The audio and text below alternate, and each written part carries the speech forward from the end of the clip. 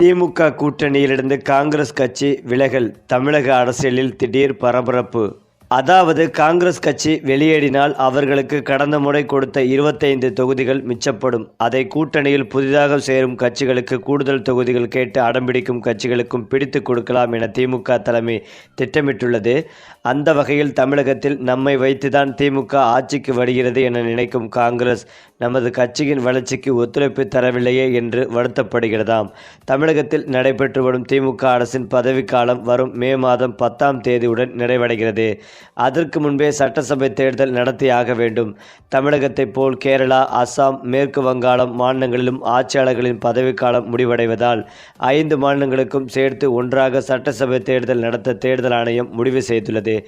April மாதம் பல்வேறு கட்டங்களாக 5 மாநிலங்களிலும் சட்டசபை தேர்தல் நடைபெற இருக்கிறது. தமிழகத்தை பொறுத்தவரை 2வது கட்டமாக வாக்குப்பதிவும் நடைபெற உள்ளது.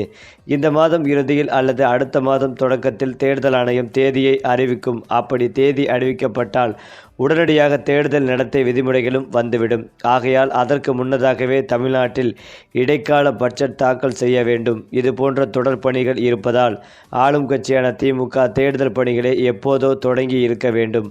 ஆனால் கூட்டணியில் உள்ள காங்கிரஸ் கட்சி ஆட்சியில் பங்கு, 2 ராஜ்யசபா சீட் என அடுக்கடுக்காக கோரிக்கைகளை வலியுறுத்தி வருகிறது. இதனால் அதிர்ச்சியடைந்த திமுக இன்னும் தொகுதி பங்கீடு பேச்சுவார்த்தைகளுக்கு முழுமையாக காலம் தாழ்த்தியும் வருகிறது. இதனால் டெல்லியிலிருந்து வர திட்டமிட்டிருந்த அகில இந்திய காங்கிரஸ் கட்சியின் பொதுச் செயலாளர் கே.சி. வேணுகோபால் சென்னை வருகையும் தள்ளி போய் கொண்டே இருக்கிறது. அதிகமான தொகுதிகளை காங்கிரஸ் கட்சி கேட்பதற்கு கட்சியின் வளர்ச்சி ஒன்றே காரணமாக சொல்லப்பட்டும் வருகிறது. கடந்த 2024ஆம் ஆண்டு நடந்த நாடாளுமன்ற தேர்தலில் தமிழகத்தில் காங்கிரஸ் கட்சி வாங்கிய வாக்கு சதவீதத்தை விட மற்றொரு தேசிய கட்சியான பாஜகவின் வாக்கு சதவீதம் அதிகம். இதனை பார்த்து காங்கிரஸ் கட்சியின் டெல்லி தலைமை அதிர்ந்து போயுள்ளது. தமிழகத்தில் நம்மை வைத்துதான் திமுக ஆட்சிக்கு வருகிறது என்று நினைக்கும் காங்கிரஸ் கட்சி நமது வளர்ச்சிக்கு அவர்கள் ஒத்துழைப்பு தரவில்லை என்று வருத்தப்படுகிறதாம். அதனால்தான் இந்த முறை ஆட்சியில் பங்கு என்ற கோஷத்தை முதலிலேயே ஓங்கி ஒழித்து வருகிறது காங்கிரஸ் கட்சி. ஆனால் மத்தியில் கூட்டாட்சி, மாநிலத்தில் சுயாட்சி என்ற கொள்கையோடு பயணித்து வரும் திமுக காங்கிரஸ் கட்சியின் கோரிக்கையை ஏற்க முடியாது என்று முதலிலேயே மறுத்துவிட்டது. இதனால் தொகுதிகள் எண்ணிக்கையாவது அதிகம் பெற்றெடுக்க வேண்டும் என்று காங்கிரஸ் கங்கணம் கட்டி வருகிறது. குறைந்தது 30 தொகுதிகளையாவது போட்டியிட வேண்டும் என்பதில் உறுதியாக இருக்கிறார்கள் காங்கிரஸ் கட்சி. ஆனால் தொகுதிகள் எண்ணிக்கையை உயர்த்தி தர முடியாது என கரார் காட்டுகிறது திமுக. காங்கிரஸ் கட்சி இப்படி குடைச்சல் கொடுத்து வரும் நிலையில்தான் கூட்டணியில் உள்ள மற்ற கட்சிகள் இரட்டை இலக்க தொகுதிகள் வேண்டும் என்று ஒருமித்த குரலில் கோஷங்களை எழுப்பியும் வருகிறார்கள். அது மற்றொரு பக்கம் திமுகவிற்கு தலைவலியை ஏற்படுத்தி வருகிறது. இந்த நிலையில் எப்படியாவது தேமுதிக, பாமகவை கூட்டணி வளையத்திற்குள் கொண்டு வர திமுக முயற்சியும் மேற்கொண்டு வருகிறது. இந்த நிலையில் ஒரே கல்லில் 2 மாங்காய் அடித்து ஆட திமுக திட்டம் வகுத்து வருவதாக கூறப்பட்டும் வருகிறது. சென்னை தலைமைச் செயலகத்தில் நேற்று முன்தினம் நடந்த அமைச்சரவை கூட்டம் முடிவடைந்ததும் மூத்த அமைச்சர்கள் சிலர் மு.க. ஸ்டாலினை சந்தித்து பேசியிருக்கிறார்கள். அப்போது காங்கிரஸ் கட்சியை நாம் கூட்டணியில் வைத்திருப்பதால் தான் மத்தியில் ஆளும் பாஜக அமலாக்கத்துறை, வருமான வரித்துறை மூலமாக நமக்கு குடைச்சல்கள் கொடுக்கிறார்கள். காங்கிரஸ் இல்லை என்றால் நம் மீதான அழுத்தம் குறையும் என சொல்லியிருக்கிறார்கள். அதற்கு முதலமைச்சர் ஸ்டாலின் அவர்களும் நாமாக கூட்டணியிலிருந்து காங்கிரஸ் கட்சியை வெளியே அனுப்பக்கூடாது, அவர்களாகவே சென்றால் விட்டுவிடலாம். திமுக கூட்டணியிலிருந்து காங்கிரஸ் கட்சி வெளியேறினால் அவர்களுக்கு கடந்த முறை கொடுத்த 25 தொகுதிகள் மிச்சப்படும். அதை கூட்டணியில் புதிதாக சேரும் கட்சிகளுக்கும் கூடுதல் தொகுதிகள் கேட்டு அடம்பிடிக்கும் கட்சிகளுக்கும் பிரித்து கொடுத்தால் எல்லா பிரச்சனைகளுமே முடிவுக்கு வந்துவிடும் என திமுக தலைமை திட்டமிட்டுள்ளது. இதன் மூலம் ஒரே கல்லில் 2 மாங்காய் அடித்துவிட முடியும் என திமுக தலைமை நம்புவதாக கூறியும் வருகிறார்கள்.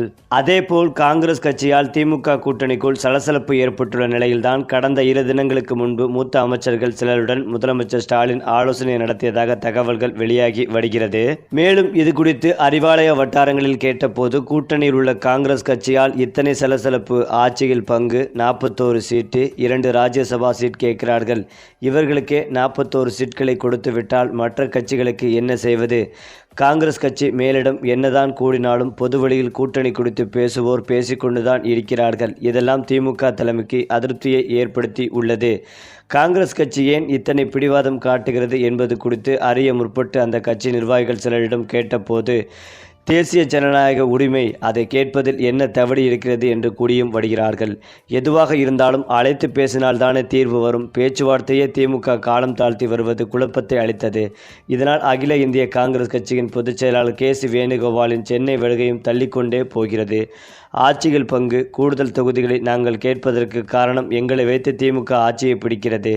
ஆனால் இன்னும் நாங்கள் வளராமல் இருக்கிறோம். மேலும் கடந்த 2024ஆம் ஆண்டு நடந்த நாடாளுமன்ற தேர்தலில் தமிழகத்தில் எங்கள் கட்சி 10.69 வாக்கு சதவீதம் பெற்றுள்ளது. அதேபோல் பாஜகவோ 11.24% பெற்றுள்ளது. காங்கிரஸ் கட்சியை விட பாஜகவின் வாக்கு சதவீதம் அதிகரித்து போயுள்ளது. இது எங்களுக்கும் எங்கள் கட்சி தலைமைக்கும் அதிர்ச்சியாக உள்ளது. எனவே எங்களை வைத்து திமுக ஆட்சிக்கு வரும் நிலையில் எங்களது கட்சி வளர்ச்சிக்கு திமுக எதையும் செய்யவில்லை. இதனால்தான் ஆட்சியில் பங்கு என்பதை கெட்டியாக பிடித்து கொண்டுள்ளோம் என்கின்றனர். ஆனால் திமுக என்ன நினைக்கிறது என்றால், கடந்த 2024 நாடாளுமன்ற தேர்தலில் காங்கிரஸ் ஆட்சியை பிடிக்காவிட்டாலும் எதிர்க்கட்சியாக இருப்பதற்கே தாங்கள்தான் காரணம் என்பதால் சீட்டை எக்காரணத்தை கொண்டும் அதிகரித்து கொடுக்க முடியாது என நினைக்கிறதாம். இப்படி பிரச்சனை இருக்கும் நிலையில்தான் எரியும் கொள்ளியில் எண்ணெய் ஊற்றுவது போல் மாணிக்கம் தாகூர் போன்றோர் திமுக கூட்டணிக்கு தர்ம சங்கடத்தை ஏற்படுத்தும் வகையில் பேசி வருவது திமுகவிற்கு கோபத்தை ஏற்படுத்தி உள்ளதாம். நேற்று கூட புதுவை விவகாரத்தில் மாணிக்கம் தாகூர் தலையிட்டு பேசியிருக்கிறார். அங்குள்ள கூட்டணிக்கு யார் தலைமை என்பது குறித்து கட்சித் தலைவர்கள் பேசிக்கொள்ளாமல் இவர்களாகவே பேசுவது குழப்பத்தை ஏற்படுத்தி வருகிறது. தற்போது காங்கிரஸ் கட்சி தொகுதியை அதிகரித்து கேட்டு வருவதால் புற்றில் இருந்து ஈசல் கிளம்புவது போல் ஒவ்வொருவராக கூடுதல் தொகுதிகளை கேட்டு கிளம்புவது திமுகவிற்கு பெரும் குடைச்சலை ஏற்படுத்தி உள்ளதாம். இந்த நிலையில்தான் கடந்த 2 தினங்களுக்கு முன்பு தமிழக அமைச்சரவை கூட்டம் நடந்து முடிந்ததும் சில மூத்த அமைச்சர்களுடன் முதலமைச்சர் ஸ்டாலின் அவர்கள் தீவிர ஆலோசனை நடத்தியுள்ளார். அப்போது தேவையில்லாமல் குழப்பத்தை ஏற்படுத்தும் காங்கிரஸ் கட்சியை விட்டுவிடலாம், இவர்களால் தேவையில்லாத பிரச்சனைகள் வருகின்றன என்கின்றார்களாம். அதற்கு ஸ்டாலின் அவர்கள் காங்கிரஸ் கட்சியுடன் கூட்டணி என்பது தலைவர் ஏற்படுத்தி சென்றது. எனவேதான் அவர்களை நாமாக வெளியேற்ற வேண்டாம், அவர்களாகவே வெளியேறிவிட்டால் அவர்களுக்கு கொடுக்கும் தொகுதிகள் மிச்சமாகும். அந்த தொகுதிகளை கூடுதல் தொகுதி கேட்கும் மற்ற கட்சிகளுக்கு பிரித்து கொடுத்து விடலாம் என்றாராம் முதலமைச்சர் ஸ்டாலின். ஏற்கனவே காங்கிரஸை எக்ஸ்ட்ரா லக்கேஜ் என திமுகவினர் கூடி வருகிறார்கள். இந்த நிலையில்தான் நேற்று இளைஞரணி மாநாட்டில் பேசிய முதலமைச்சர் ஸ்டாலின் அவர்கள், திமுக தான் 7வது முறையும் ஆட்சி அமைக்கப் போகிறது, நம் எதிரிகள் யாருக்கும் இந்த சந்தேகம் கிடையாது என்று குறிப்பிட்டுள்ளதோடு மாநிலங்களை முனிசிபாலிட்டி ஆக்கவும் மாநில கட்சிகளை ஒழிக்கவும் பாஜக முயற்சிக்கிறது என்று விமர்சித்துள்ளார். ஆனால் அவர்களால் தொட முடியாத ஒரே மாநிலம் தமிழ்நாடு என்று தென்மண்டல திமுக இளைஞரணி மாநாட்டின் நிர்வாகிகள் சந்திப்பு கூட்டத்தில் முதலமைச்சர் மு.க. ஸ்டாலின் அதிரடியாக பேசியுள்ளார். இந்த நிலையில்தான் திமுக தலைமைக்கு தெரியாமல் காங்கிரஸ் கட்சி ரகசியமாக விஜய் கட்சியுடன் பேச்சுவார்த்தை நடத்தியதால் இந்த விஷயம் தெரிந்த முதலமைச்சர் ஸ்டாலின் அவர்கள் திமுக கூட்டணியிலிருந்து காங்கிரஸை அதிரடியாக நீக்கி உத்தரவிட்டுள்ளார். இந்த தகவல் ஒட்டுமொத்த தமிழக அரசியலில் பரபரப்பை ஏற்படுத்தி வருகிறது. சரி, இப்போ நீங்கள் சொல்லுங்கள், திமுக கூட்டணியிலிருந்து காங்கிரஸ் கட்சி விலகல், இதை பற்றிய உங்களுடைய கருத்துக்களையும் உங்கள் கமெண்ட்டில் சொல்லுங்கள். மேலும் இந்த வீடியோ உங்களுக்கு பிடித்திருந்தால் லைக் பண்ணுங்கள், ஷேர் பண்ணுங்கள், மறக்காமல் நம்முடைய சேனலை சப்ஸ்கிரைப் பண்ணிக்கங்க.